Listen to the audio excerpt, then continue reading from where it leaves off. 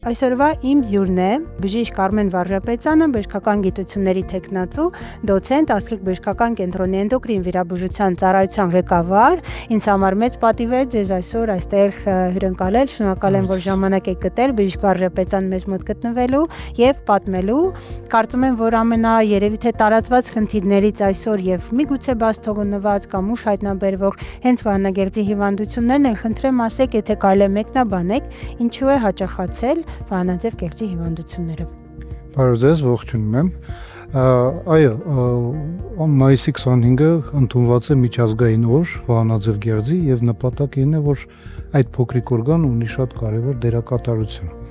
Տեսեք, ինչ վերաբերում է վահանաձև գեղձի հիվանդություններին, հատկապես վահանաձև գեղձի քաղցկեղին եւ աճի մասին է խոսքը հանդիպելությամբ,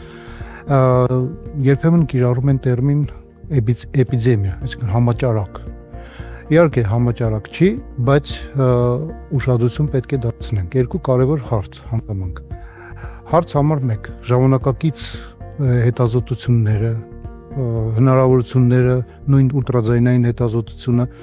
հետազոտության, որը ապրեց բավականին արտահայտված գիտապրակտիկ առաջընթաց,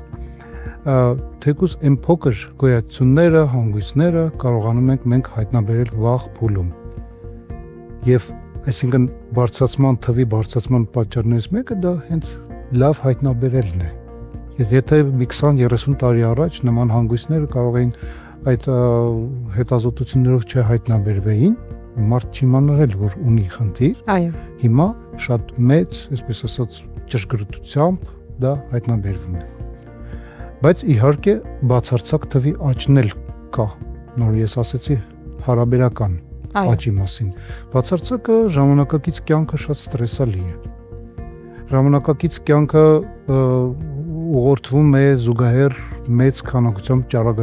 ճառագայթային գործոնի ազդակի տակ ենք մենք գտնվում։ Եվ այդ բոլորը իհարկե բարձրացնում է նաև բացարձակ նույն քաղցկեղի տվականակը, ինչպես նաև կյանքի այդ ստրեսը, կյանքի ռեժիմը, քանի խանգարման հաճախականությունը մեր բնակության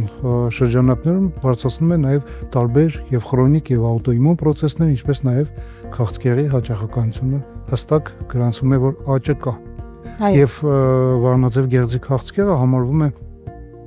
ամենաառավել հաճախացող ուռուցքների թվին, կանխագուշակումով շուտով այն կգրավի 4-րդ տեղը, որովհետև տարեկան արդեն մոտ 800,000 դեպքից տարեկան ամբողջ աշխարհում նոր դեպքեր են հայտնաբերվում։ Դա բավականին մեծ թիվ է եւ տեմպերով թվի աճով վահանաձև գեղձի քաղցկեղը շատ առաջիններից է։ Այո, եւ ինչն է ուշագրավ, էլի եթե սխալվում եմ կարող եք ուղղել, արդյոք երիտասարդների շրջանում եւս շատ հաճախ է հանդիպում, որտեվ կարծես թե թվում է մարդ առողջ, բացարձակ, պրակտիկ առողջ է իրեն զգում եւ հերթական բուժզնման ժամանակ մեկ էլ պարզվում է, որ ինքը ունի վահանագեղձի քաղցկեղածին, գոյացություն, ինչը առաջինը իհարկե շոկ է առաջացնում, որտեղից, ինչու, արդյոք այդ միտումը եւս կա, որ երիտասարդների մոտ է հաճախ հանդիպում։ Ճիշտ նկատեցիք, Ռևսիմե ջան, տեսեք, վերջին տարիներին մենք նկատում ենք այդ աճը, ճիշտ է, երիտասարդների եւ երեխաների մոտ այն համարվում է համեմատ հազվադեպ ուռուցքներից, բոլոր ուռուցքներից մոտ տարապես 1-ից 3%-ն է վահանաձև գեղձի քաղցկեղը, բայց դա քիչ չի։ Եվ երեխաների մոտ շատ կարեւոր է, որ քաղցկեղը ի սկզբանե ունի մի քիչ ագրեսիվ ընթացք եւ ներկայանում է արդեն իսկ արկա մետաստազներով։ Դա շատ կարեւոր է։ Եվ հատուկ ես ուզում եմ ուշադրություն դարձնեմ, որ դեռահասների մոտ է ամենաթիրախային խումբը, երբ որ որոշ հորմոնային փոփոխությունների ենթարկվում է օրգանիզմը այդ պահին եւ իրենց մոտ համեմատ ավելի հաճախ է սկսվել հանդիպել այս հիվանդությունը։ Ես նկատի ունեմ հենց վահանաձև գեղձի քաղցկեղ։ Այո, որպեսզի կանգ չառնենք իհարկե տխուր նոտայի վրա, միակ ուրախալի բանը էլի այն է, որ այստեղ 100%, ինչքանով որ ես գիտեմ, ապրելիությունը, եթե կարելի այդպես ձևակերպել, եթե ժամանակին հայտնաբերվեց կամ ռադիկալ վիրահատություն արեց, ապա պրոգնոզը, ինչպես մենք ենք սիրում ասել, բավականին լավն է։ Մենք մենք ունենք մի ծայրահեղություն, երբ շատերը օրինակ դիֆուզ բառից անգամ դիֆուզ փոփոխված գեղձից տագնապում են, սկսում տարբեր մասնագետների երկրորդ կարծիք լսել եւ միևնույն ժամանակ երբ կա հստակ ցուցում այժմ ասած կրիտերիաների համապատասխան կա ցուցում կատարել պունկցիա կամ լրացուցիչ հետազոտություններ գեղձի այդ գոյացությունը պարզելու համար, օրինակ կարցինոման հիմա դուք կմեկնաբանեք, շատերը սպասում են կամ տարիներով ձգձգում են, որովհետև կարծում են, եթե ասեղով դիպան գեղձին կամ իրեն կպան առհասարակ, այդպես արտահայտություն ան, դա անդառնալի է եւ դա կարող է ինչ-որ վատ թարացնել վիճակը, ինչ կասեք այդ մասին։ Այո, կա այդպիսի բան, ընդհանրապես մարդիկ տարբեր են։ Իհարկե տարբեր են, երբեմն լինում է գեր ուշադրություն եւ գեր դիագնոստիկա եւ լինում է երբ որ պացիենտները չեն ուզում հետեւել մեր խորհուրդներին եւ ձեր ասած հենց ես անվանում եմ դա միֆ վահանաձև գեղձի պունկցիայի վերաբերյալ, որովհետեւ ինչքան էլ մենք փորձում ենք պայքարենք այդ միֆի դեմ, կայուն պահպանվում է շրջանակներում միանշանակ բարակ ասեղային վահանաձև գեղձի պունկցիոն բիոպսիայից դա վտանգավոր պրոցեդուրա չի, դա առանձնապես ցավոտ պրոցեդուրա չի եւ դա շատ ինֆորմատիվ պրոցեդուրա է, որը կասի որն է լինելու մեր հաջորդ քայլը՝ հսկել, բուժել, թե վիրատել։ Դա շատ կարեւոր է։ Նորից երբեմն լինում է մենք անում ենք բիոպսիա եւ ասում ենք, գիտեք, ձեզ պետք է կրկնենք բիոպսիան, որովհետեւ այնտեղ որոշ հարցեր դեռ մնում են։ Մենք պետք է դրան պատրաստ լինենք եւ հոգեբանորեն իմանանք, որ դա հետազոտության ինչ որ մի փուլ է։ Դա շատերը գիտեն, թե բիոպսիան նշանակում է անպայման մոտակա 7 օրվա մեջ պետք է վիրատվես։ Դա այն պացիենտների խոսքերն են, որը ասում են։ Եթե բիոպսիա են անելու հաստատ վիրատության կարիք է լինելու։ Ոչ, բիոպսիան մեզ հնարավորություն է տալիս անիմաստ տեղը չկատարել վիրատություն։ Դա շատ կարևոր է։ Նորից եմ կրկնում, վահանաձև գեղձը շատ կարևոր օրգան է եւ ձգտել այդ օրգանը հեռացնել, միայն մենք պետք է ունենանք հստակ ցուցում։ Այսինքն մենք գիտենք հանգույց կա եւ մենք ունենք նորմալ աշխատող վահանաձև գեղձ։ Եթե ճշտեցինք, որ այդ հանգույցը վտանգավոր չի, մարդ կարող է հանգիստ ապրել առանց գանգատ այդ հանգույցներով եւ ոչ մի խնդիր չունենա։ Եթե այս պարագայում մենք վիրատենք, մենք ինչ կանենք, մենք կստեղծենք սպի, մենք կստեղծենք ռիսկեր վիրատական եւ հետվիրատական բարդություններ, մենք ստեղծում ենք ռիսկ կյանքի որակի անկման, ամբողջ կյանք դեղորայք փոխարինող ընդունելու ռիսկը, ել չեմ ասում, որ ընդհանրապես որոշակի խնդիրներ կալցիումի հետ կապված, կյանքի կենսակերպի փոփոխության հետ կապված, այդ ամենը պետք է խիստ հիմնավորված լինի, երբ որ իրոք պետք է վիրատել։ Ժամանակակից նույն օնկոլոգիայում, էնդոկրին օնկոլոգիայում զարգանում է եւս մեկ ճյուղ ակտիվ հսկողության, հաշվի առնելով, որ վահանաձև գեղձի կոնկրետ ուռուցքի տեսակ կա պապիլար քաղցկեղ, որը բնութագրվում է դանդաղ աճով, կյանքի ռիսկը այստեղ մինիմալ է, երբեմն պացիենտների կոնկրետ խմբերի, կոնկրետ ընտրության դեպքում, կոնկրետ տեղակայման դեպքում երբեմն ընդունելի տարբերակ է լինում, ասում ենք, գիտեք, ինչքան մենք գիտենք, որ դուք ունեք քաղցկեղ, բայց ձեր պարագայում մենք կարող ենք այն հսկել։ Եթե զարգացավ, նոր կվիրատենք, բայց մենք ստեղծում ենք կյանքի որակ, այդ ընթացքում մինչև վիրատություն, դա շատ կարևոր է։ Ճիշտ է, որոշ բժիշկներ ըղվում են եւ մենք հետ ունենում ենք, այսպես ասած, բացի թող վիճակներ։ Դրա համար այդ որոշումը պետք է կայացվի կոմբինացված։ Այո, խիստ գիտակցված էնդոկրինոլոգի, էնդոկրին վիրաբույժի, ռադիոլոգի, օնկոլոգի համատեղ զրույցից եւ այդ համատեղ զրույցին պետք է ակտիվ մասնակից լինի պացիենտը, ով գիտակցելու է բոլոր ռիսկերը եւ բոլոր բացթողումները, որոնք որ հնարավոր են այդ ռազմավարությունը ընտրելուց առաջ։ Այսինքն, հեսա ոնց որ հորդոր է մեր գոլեգա բժիշկներին, որ շատ չողոքեվորվեն, որովհետեւ նրանք տարբեր տեղերից լսում են, կոնֆերանսներին այդ զեկույցները ներկայացվում են եւ նրանք արդեն բոլորին են անում, իսկ մենք ականատես ենք լինում հետո շատ բարդ դեպքերին, որոնք արդեն այդ ակտիվ հսկելու պատճառով մենք գնացել ենք էլ ավելի մեծ վտանգավոր բարդություններով հղի վիրահատության։ Այսօր դուք բերել եք ձեզ հետ այս մուլաժը, որը վառ օրինակ է, ինչպես ես հասկացա, առաջինը մենք ունենք առողջ գեղձ, ունենք փոփոխված։ Տեսեք, առաջին առողջ գեղձն է, մենք հենց պարոնոց հենց կոկորտի շնչապողի առաջային մակերեսին, որտեղ որ այն տեղակայվում է, տեղադրել ենք արդեն իսկ քաղցկեղով, հա, այս հատվածում քաղցկեղ կա, քաղցկեղով եւ դիֆուզ փոփոխված դիֆուզ տոքսիկ կամ գրեյվսի հիվանդություն, երբ որ մենք տեսնում ենք գեղձը կարող է մեծանալ եւ Հաշիմոտոյի ամենատարածված խնդրեմը դա աուտոիմուն տիրոիդիտն է, երբ որ գեղձը մեծանում է չափերով եւ կարող է զարգանալ հիպոթիրեոզ, այսինքն վահանաձև գեղձի թեր ֆունկցիա։ Գանգատների հիմնականը մենք ունենում ենք այս Հաշիմոտոյի եւ հիվանդության ժամանակ, որը ապրում է բավականին մեծ աճ ստատիստիկ տեսանկյունից։ Առհասարակ աուտոիմուն հիվանդությունները, սա լրիվ առանցին թեմա է, լրիվ համաձայն եմ ձեզ հետ։ Եվ եթե մեկնաբանենք այս դեպքում, եթե ամեն դեպքում շատ հիմնավոր է ցուցումը կա վիրահատել, շատերը սպից են վախենում, շատերը հետ վիրահատական, երկու բառով, ինչպես է կատարվում, թեկուզ մուլաժի օրինակով, ինչպես է կատարվում հեռացումը, ինչ հետ վիրահատական շրջան է սպասվում եւ այդ կարևոր հարց եք տալիս վիրաբույժի համար։ Տեսեք, կտրված կարողումը հիմնականում պարանոցի միջային, այսպես օծիկաձև ենք մենք ասում կտրվածք, նախկինում օրինակ 20-30 տարի առաջ բավականին մեծ կտրվածք էր արվում հաշվի առնելով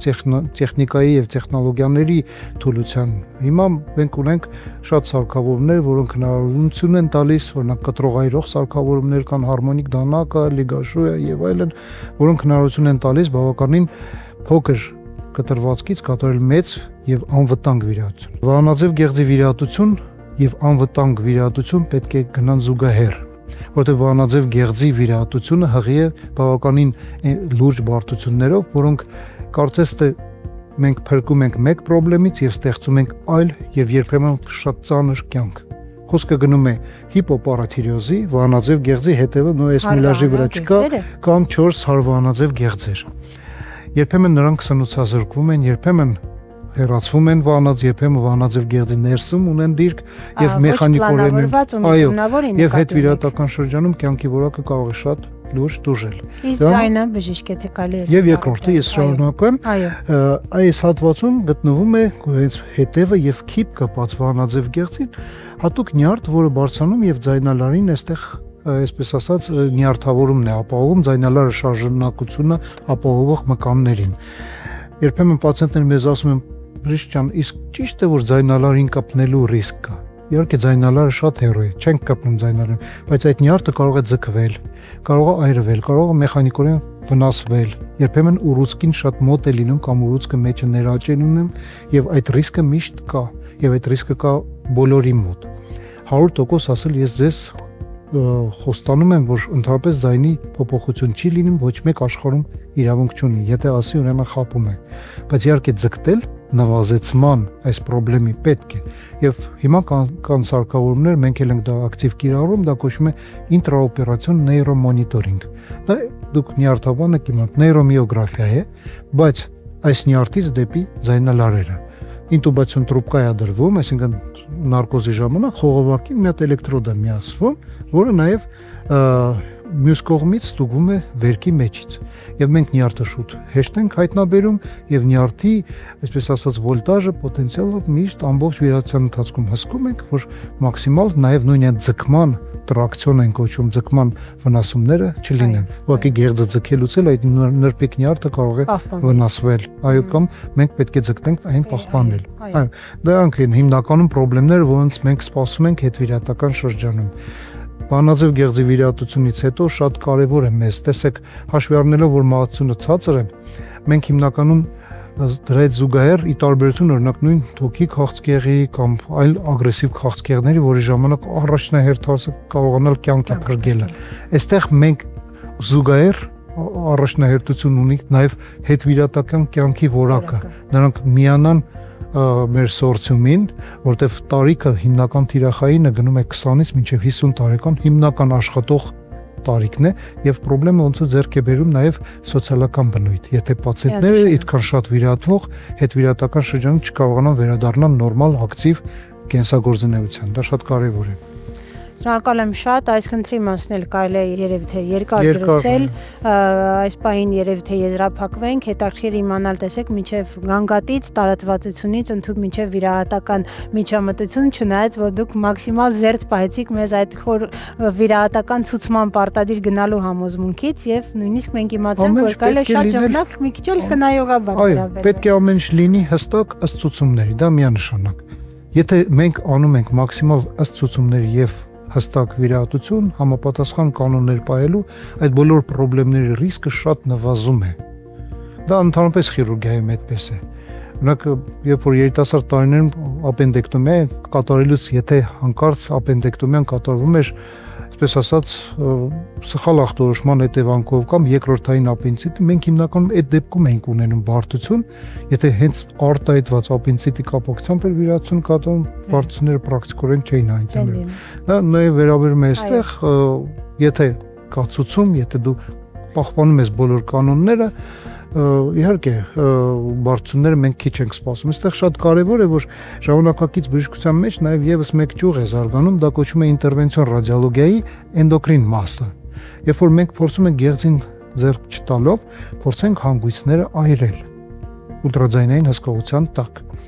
Դա դեռ զարգացման փուլում է, բայց մենք ունենք որոշակի փոքր փորձ պացիենտների հետ քննարկել, ոնց որ այն հսկելուն որպես ալտերնատիվ այլընտրանքային տարբերակ կիրառում ենք եւ բավականին լավ արդյունավետություն կա։ Այնպես որ այդ դեպքում ոչ սպիկը լինի, ոչ էլ այսպես ասած մեծ տրավմա եւ այդ բոլոր բարդությունները միանշանակ մենք խոսապենք։ Իհարկե դա էլ պետք է լինի ըստ ցուցումների։ Հիանալի իմացանք նաև տեխնոլոգիաներ ու առհասարակ էնդովիրաբուժությունը ուր է գնում, ուր է զարգանում, նաև ինտերվենցիոն փաստորեն ռադիոլոգիայի դա զարգանում է ու Հայաստանում էլ բավականին բուրըն զարգացում է։ Հիանալի է, ուրախ եմ շատ լսել։ Շնորհակալ եմ շատ հետաքրքիր զրույցի համար։ Սիրելի հեռուստադիտողներ, հիշեցնեմ, որ մենք այսօր խոսեցինք, ինչպես ասեցինք, շատ զգայուն, նուրբ, փոքրիկ, բայց միևնույն ժամանակ մեր օրգանիզմի դիրիժորներից, ինչպես բժիշկ Վարժապետյանը ասեց Վահանաձև գեղձի մասին, մասնավորապես քննարկեցինք ինչպիսի հիվանդություններ կարող են զարգանալ, ինչքանով դա կապ ունի նյարդերի, ուղեղի ու առհասարակ ապրելակերպի հետ, ինչքանով պետք է աչալուրջ ու հետևողական լինել խնդիրը ժամանակին հայտնաբերելու, ինչու ոչ նաև շատ հաճախ գրագետ, ճիշտ կամ ակտիվ հսկողության սահմանման համար։ Այս պահին պատրաստել էինք այսքանը, հուսամ, որ թեման ձեզ համար հետաքրքիր էր, գնացինք առաջ։